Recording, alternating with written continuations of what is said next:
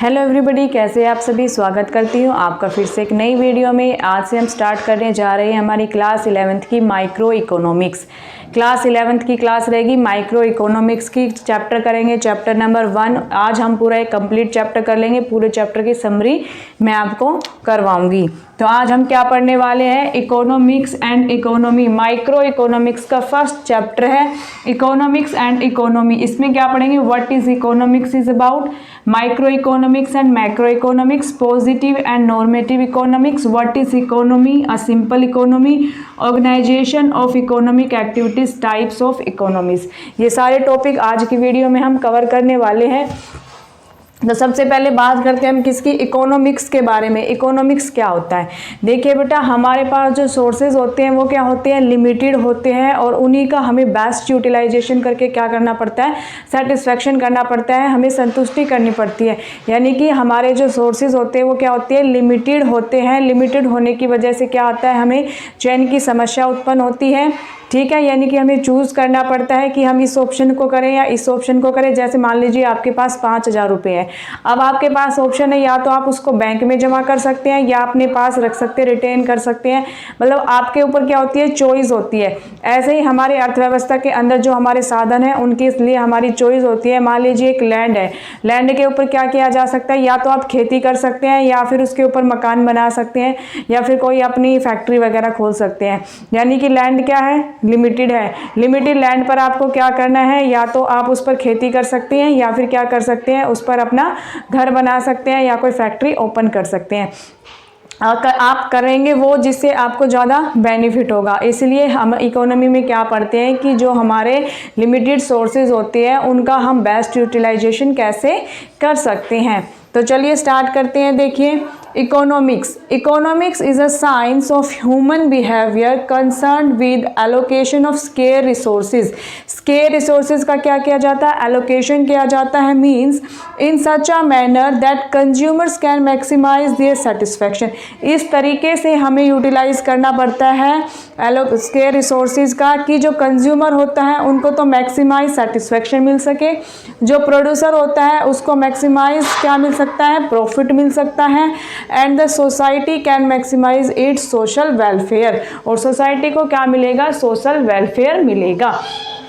तो ये था किसके बारे में, इकोनॉमी के बारे में। अब बात करते हैं बेटा, इकोनॉमी के अंदर क्या होती है, स्कैर्सिटी होती है, सीमित होते हैं साधन, और चॉइस होती है। ठीक है, ये दो एसेंस होते हैं किसके, इकोनॉमिक्स के, कि जो हमारे रिसोर्सेज होते हैं वो स्केयर होते हैं एंड उसकी क्या होती है, चॉइस होती है उसके अंदर। तो स्कैर्सिटी क्या होती है, scarcity is a situation in which demand or resources is greater than the supply of resources। इसके अंदर क्या होता है बेटा, जो हमारा सप्लाई होता है ना वो कम होता है किसके रिगार्डिंग, डिमांड के रिगार्डिंग। यानी कि डिमांड क्या होती है, हमारी ज़्यादा होती है और सप्लाई क्या होती है, कम होती है। वो किसमें आता है, हमारा स्कैर्सिटी के अंदर आता है। फिर आता है चॉइस, कि हमें चॉइस करनी पड़ेगी, कि choice is the process of selection from limited alternatives. Limited alternative में क्या करना पड़ता है, हमें चॉइस करनी पड़ती है। कब उत्पन्न होती है हमारे, जब हमारे पास अल्टरनेटिव्स होते हैं किसी लिमिटेड सोर्सेज पर। जैसे कि मैंने आपको लैंड का एग्जांपल दिया कि लैंड आपके पास लिमिटेड है, अब आपके पास चॉइस है कि आप उस पर क्या करेंगे। ठीक है, तो वहाँ पर हमारी क्या आ जाती है, चॉइस आ जाती है। अब आता है एमरजेंस ऑफ चॉइस। चॉइस की एमरजेंसी, यानी कि चॉइस का उत्पन्न ही क्यों होती है, चॉइस उत्पन्न किस लिए होती है, रिसोर्सेज आर स्केयर। अब देखिए सोर्स क्या है, हमारे पास लिमिटेड है, रिसोर्सेज हैव अल्टरनेटिव यूजेस, और जो हमारे रिसोर्सेज हैं उनके यूजेस क्या होते हैं, अल्टरनेटिव होते हैं। इसीलिए हमें क्या करना पड़ता है, चूज करना पड़ता है। इसी में हमारा लैंड का एग्जांपल फिट बैठेगा कि लैंड आपके पास लिमिटेड है। ठीक है, तो फर्स्ट पॉइंट क्या हो गया, रिसोर्सेज आर स्केयर, यानी कि लिमिटेड है हमारे रिसोर्सेज, और इस लैंड का आप क्या कर सकते हैं, अल्टरनेट यूज कर सकते हैं। या तो आप वहाँ पर फसल उगा सकते हैं, या फिर आप वहाँ पर अपना मकान बना सकते हैं, या फिर कोई अपना कारखाना या फिर फैक्ट्री ओपन कर सकते हैं। चॉइस इज योर्स, जो आप करना चाहें वो कर सकते हैं। ठीक है, इसीलिए हमारा क्या होता है, इमरजेंस ऑफ चॉइस, हमारी चॉइस उत्पन्न होती है क्योंकि हमारे साधन सीमित होते हैं और उनके क्या होते हैं, अल्टरनेटिव यूज होते हैं। अब बात करते हैं बेटा माइक्रो इकोनॉमिक्स। अब देखिए माइक्रो इकोनॉमिक्स वो इकोनॉमिक्स होती है जहां पर हम इन सारी चीज़ों का इंडिविजुअल पर्सन के रिगार्डिंग हम अध्ययन करते हैं, स्टडी करते हैं इंडिविजुअल पर्सन के रिगार्डिंग की चयन की समस्या, ये सारी चीज़ें इकोनॉमिक्स, यानी कि जब हम वन पर्सन की इकोनॉमी के बारे में पढ़ेंगे तो वो हमारी क्या होती है, माइक्रो इकोनॉमिक्स होती है।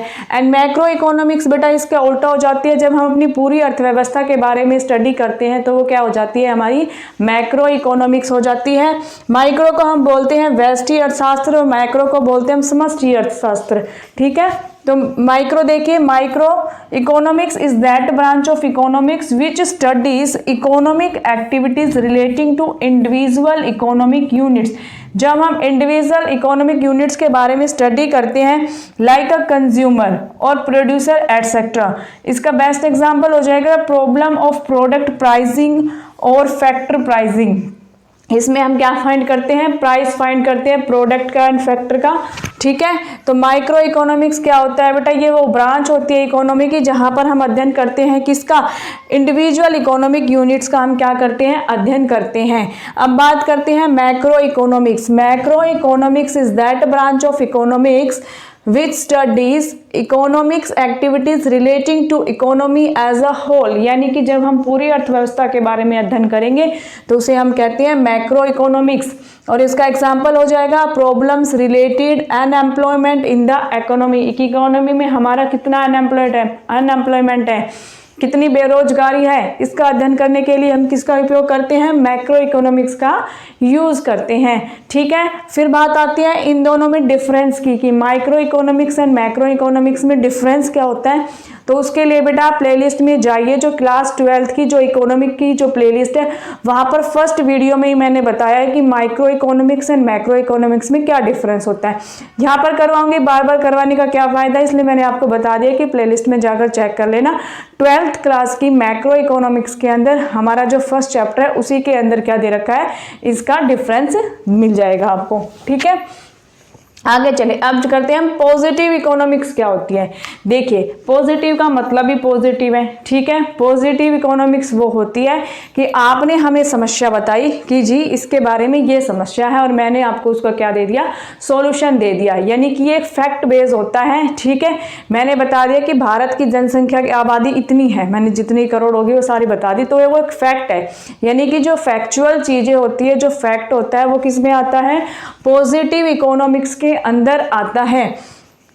Positive economics relates to the study of economic issues which are subject to verification. जो क्या होते हैं, सब्जेक्ट टू वेरिफिकेशन होते हैं। जो फैक्ट होते हैं उनको हम किस में लेते हैं, पॉजिटिव इकोनॉमिक्स में लेते हैं।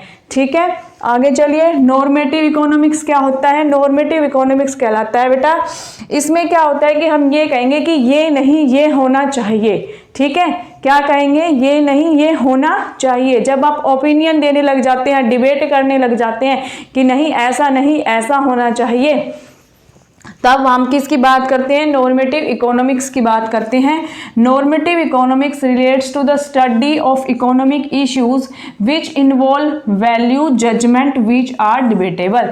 ठीक है, यानी कि वो जजमेंट और वैल्यू को यूज ऐड करते हैं जो क्या होती है, डिबेटेबल होती है। एक पर्सन कहेगा नहीं ऐसा होना चाहिए, दूसरा कहेगा ऐसा नहीं ऐसा होना चाहिए। लेकिन पॉजिटिव में क्या होता है कि फैक्ट होता है कि हाँ यही बात है, सारे इसी बात को मान लेते हैं। ठीक है, आगे चलिए, अब बात करते हैं इकोनॉमी क्या होती है। इकोनॉमी तो बेटा अर्थशास्त्र वह व्यवस्था है जिसके अंदर पीपल क्या करते हैं, अपनी लिविंग अर्न करते हैं, अपना रहने का तरीका, यानी कि किस प्रकार वो अपनी आजीविका कमाते हैं, तो वो क्या कहलाता है, हमारा अर्थशास्त्र कहलाता है, इकोनॉमी कहलाता है।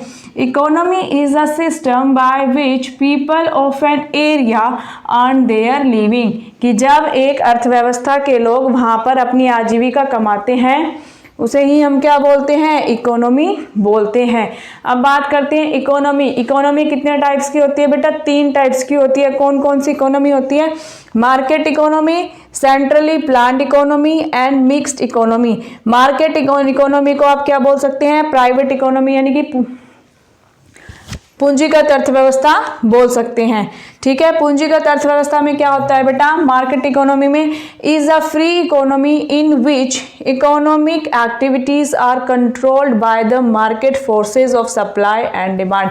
यानी कि ये वो इकोनॉमी होती है, ये फ्री इकोनॉमी होती है जहां पर आपकी वस्तु का प्राइस किस पर निर्धारित होता है, डिमांड एंड सप्लाई पर।